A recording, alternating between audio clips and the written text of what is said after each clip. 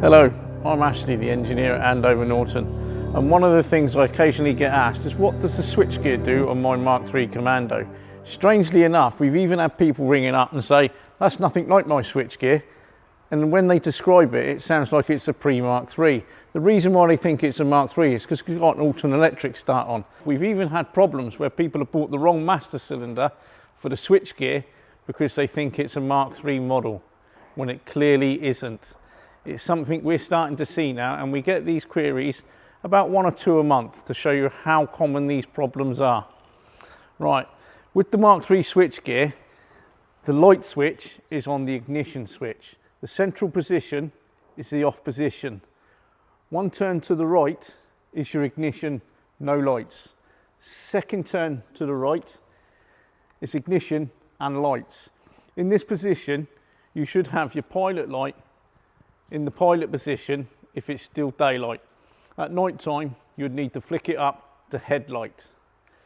You'd also then use your high and low beam on this switch on the left-hand switch gear. That's how the lights operate on the MKIII.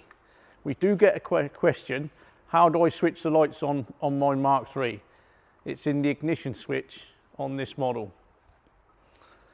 Now, the other things that the switchgear does, on the right hand side, we've got the start button and we've got the kill switch.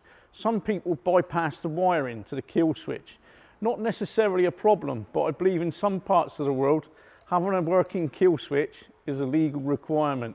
You'd need to check that up where you're using the bikes. Above it, we have pilot and headlight. Coming across to the left hand side, on here, we have a little black button down here which does 2 functions. Its function is to flash the headlight and operate as a horn. Above it we have a left and right indicator. You may find no matter how much you will try and operate this, you may get intermittent operation of the indicators. If you take this apart to investigate, do it in a plastic bag or in a container where the bits in there can't escape. There's a tiny spring that looks like a piece of spring from a big biro, and also a little striker plate.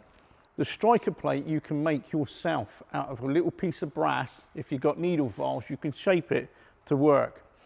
You might also notice that the soldering on the contacts in which it hits are also worn, in which case, if you're good with a soldering iron, you can quickly build them up again and shape them so your indicator switch works perfectly.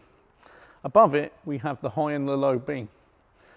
This is just self-explanatory, and of course when you operate this you will get your blue light come up with your high beam on.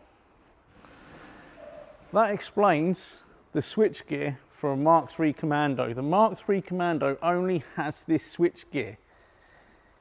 If you've got an electric start bike and it hasn't got this switchgear, it's a pre-MKIII with an Norton or one of the other various versions of electric start kit fitted to it.